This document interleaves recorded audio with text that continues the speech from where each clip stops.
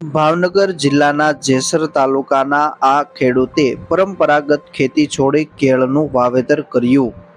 ભાવનગર જિલ્લા સહિત સમગ્ર સૌરાષ્ટ્ર તેમજ ગુજરાત રાજ્યમાં ખેડૂતો હવે પોતાની પરંપરાગત ખેતી છોડી અવનવા પાકોનું વાવેતર કરવા લાગ્યા છે.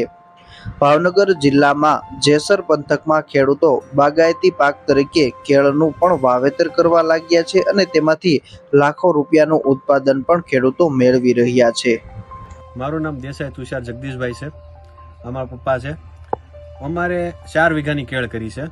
અમારો આ વિચાર અમારા પપ્પાના મિત્ર છે કાતરોડી, એમને અમને કીધું કે તમે પ્રાકૃતિક ખેતી કરો છો તો કેળ કરો, એમાં બહુ સારું એવું રહે છે કે એમાં ઉત્પાદન સારું એવું બે છે. તમે જીવામૃત છે કે કોઈ પણ જાતના બેક્ટેરિયા ને એવું બધું આપો તો એમાં ઉત્પાદન સારું એવું બને છે. મેં BBA કરેલું છે અને છેલ્લા 10 વર્ષથી અમે ખેતી સાથે સંકળાયેલો છું. પ્રાકૃતિક ખેતીને અમે મારા પપ્પાએ 99ની સાલની અંદર પેસ્ટિસાઇડ બંધ કરી હતી અને છેલ્લા 10 વર્ષની અંદર અમે એક સુભાષભાઈ પાલેકર એમના જીવામૃત અને એમની મેં એક મીટિંગ એટેન્ડ કરી હતી. એ એટેન્ડ કર્યા પછી અમે પ્રાકૃતિક ખેતીની શરૂઆત કરી. જીવામૃત છે, ઘન જીવામૃત છે, બીજામૃત છે, એવો બધો ઉપયોગ કરીએ છીએ. અમારે આ કેળ છે ને સરદાર કંપનીની છે, G9 છે અને અમે શરૂઆતની અંદર અમે પાયામાં અને દેશી ખાતર એવું બધું આપ્યું. પછી જીવામૃત છે, પછી આકડાનું પાણી છે, ખોળ છે, એવડીનો ખોળ છે, મગફળીનો ખોળ છે, પછી માઇકોરાજા છે, એવી રીતના અમે બેક્ટેરિયા એવું બધું અમે આપેલું છે. 4 વીઘાની અંદર અમારે વીઘે 1 લાખથી 1.5 લાખ રૂપિયાની ઇન્કમ થવાની ગણતરી છે અને અમારું અત્યારે હાલની અંદર વેચાણ ભાવ છે અમારે 400 રૂપિયા મણ જાય છે અત્યારે હાલની અંદર. જેસર તાલુકાના ઝડકલા ગામે રહેતા યુવા ખેડૂત દેસાઈ તુષારભાઈ, જેઓ છેલ્લા 10 વર્ષથી ખેતીના વ્યવસાય સાથે સંકળાયેલા છે, તેઓ હાલ ઘણા સમયથી પ્રાકૃતિક ખેતી કરી રહ્યા છે.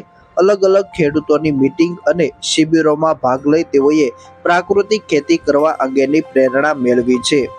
અગાઉ પોતે પરંપરાગત પાકોનું વાવેતર કરતા હતા, પરંતુ તેઓના પિતાના મિત્રએ કેળની ખેતી કરવા અંગે જણાવ્યું, જેથી હાલ આ ખેડૂતે 4 વીઘામાં આ વર્ષે કેળનું વાવેતર કર્યું છે.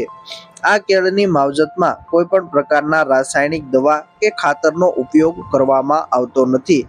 વાવેતર કર્યા બાદ આ કેળની માવજતમાં પાયામાં દેશી ખાતર, જીવામૃત, આકડાનું પાણી, એરડીનો ખોળ વગેરેનો ઉપયોગ કરવામાં આવ્યો છે. અગાઉ જ્યારે પરંપરાગત પાકોનું વાવેતર કરવામાં આવતું હતું ત્યારે ઉત્પાદન ખૂબ ઓછું મળતું હતું, પરંતુ આ વર્ષે 4 વીઘામાં કેળનું વાવેતર કર્યું છે, જેથી 1 વીઘામાંથી અંદાજિત 1 લાખ રૂપિયાથી લઈને 1,50,000 રૂપિયા સુધીનું ઉત્પાદન મળી રહેશે તેવી આશા છે.